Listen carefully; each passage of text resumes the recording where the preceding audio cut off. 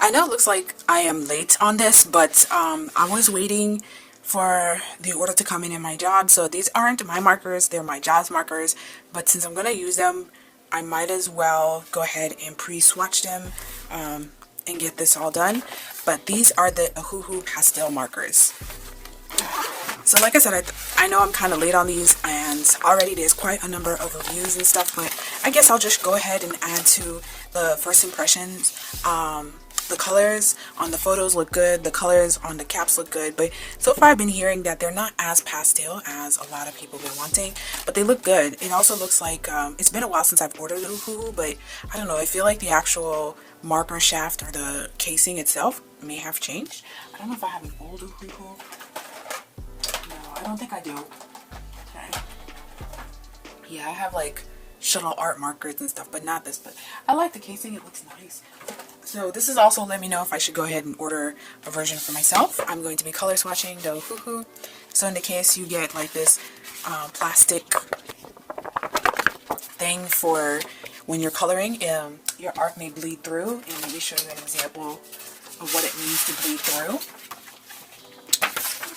So this would be the front of the artwork. This was done with my own markers, but this would be the front. And even though this is kind of a thick paper, even on cardstock, this is what happens when you bleed through, especially when you start laying colors. So after you bleed through on the first page that you're actually drawing, the markers sometimes will actually show up on the next page, and then you end up wasting a page. So this is, I assume, is to help with that. But usually what I tend to do is just get a scrap, an extra scrap of piece of paper and put it underneath, especially since, as you can tell, this is smaller than my actual page. So I'm gonna go ahead and deal with that. Alrighty.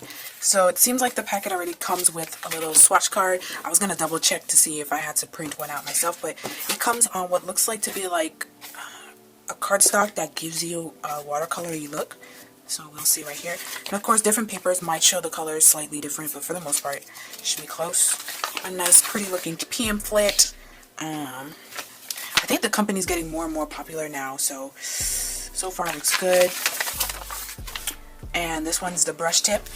Seems like the brush tips are reversible. I'm pretty new, not new, but I'm pretty neutral when it comes to using alcohol markers, especially the brush tip. I tend to just use the chisel tip. And then their digital version of the color swatches. So I'll probably keep this at my desk at work. So let's have fun with this. And okay, this is the Colorless Blender. And let's go. So RV, red violet, I'm guessing it's on the red violet spectrum. I'm not too sure with the naming or coding system for those who are better. I just know that it looks like pink, and I'm assuming red violet, that kind of shade family, and it's 280. So let's see. Seems like this is the red violets and this is the blue greens. Okay, red violet 280. Ooh. Just feeling how the tips are. I like the way the tips go, and I think this has sold out really quickly. There may be still more, and I know people are selling it for even more. So let's say they bought a couple of these. They bought a couple of these guys, and then they're turning around reselling them. To which, if it's that desperate, I think at that point, Ohuhu is just going to raise their prices. And immediately for the first marker, I'm not too okay with. This kind of neon pink, I think, ended up showing up in a lot, and it's like a highlighter pink.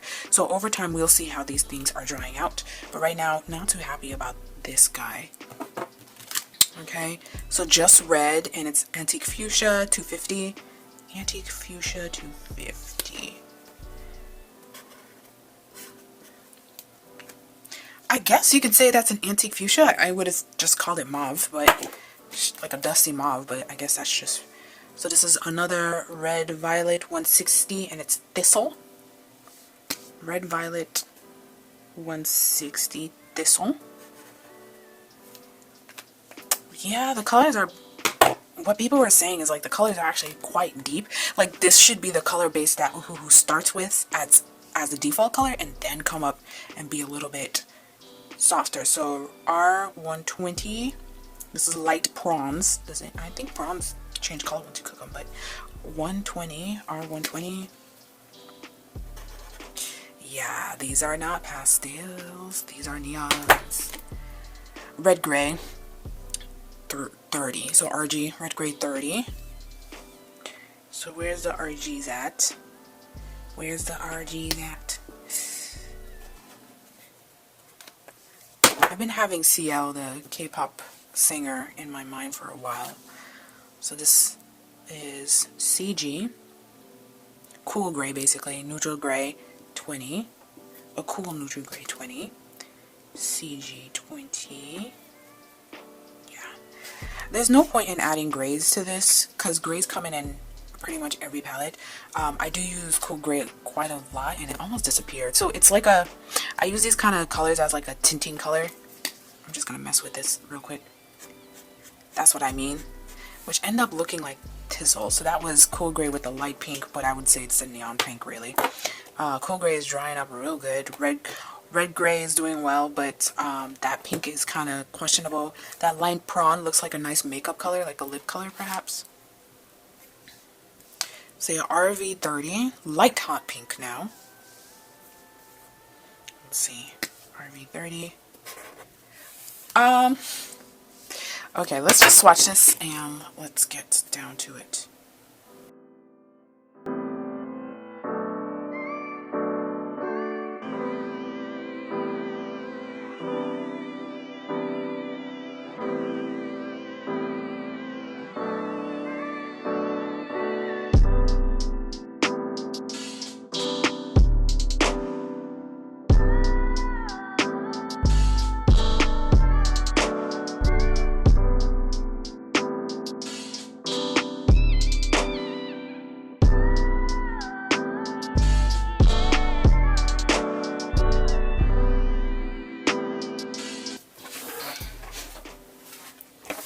Alright, as I am coming down to the last four markers and the colors are starting to dry up a bit, this is probably the area which most people were hoping for the pastels.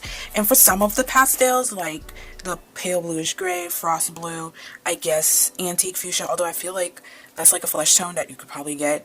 The pale cherry pink, which I believe is probably, there's a version of it, like between the Carmen red and the pale cherry pink is probably the same. It's not until you layer the markers that you'll start to see a color difference, but then if you do, the color gets deeper over time. So some of them are just cleaner, brighter colors, but I wouldn't call them pastels. And I believe Draw with Waffles was mentioning that too. The pink looks nice and pastel-y, but I was hoping for a bit more blues. Blue gray looks lovely. I guess lime green and green shadow looks good. But there's just some of them that's just kind of like, man, like the pale yellow, the pale lemon yellow looks more like neon. And then you have the lemon chiffon, which is a nice yellow, is probably like the yellow that you were actually hoping for. And you could probably easily build upon them. Like I said, I mixed the cool gray with the light pink and you end up with a color like Tissel. And between Tissel and pale lilac, I would have just be okay with pale lilac and just not have Tissel to me. Because I'm sure if I layer pale lilac over and over again, you're going to have something like Tissel. So these are the last ones. Cool gray 5.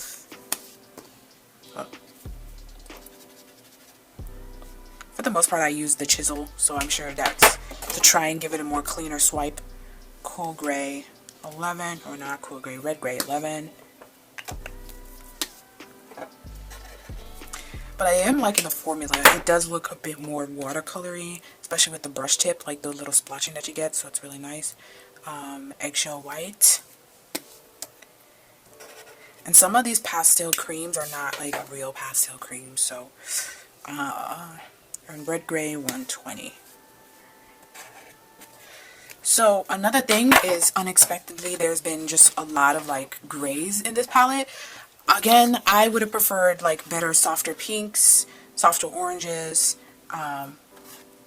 just better like peaches, cleaner peaches, like one that's are vibrant but pastel.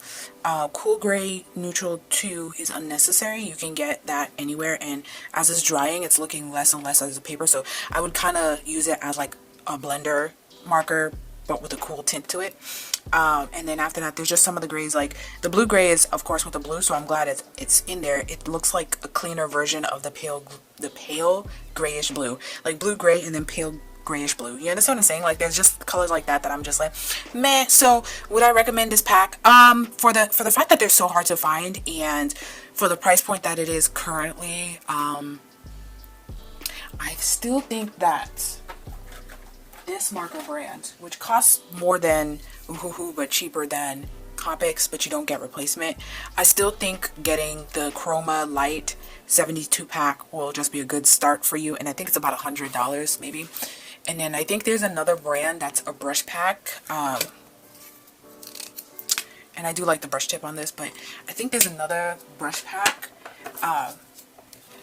that's pretty affordable, but I can't recall off the top of my head.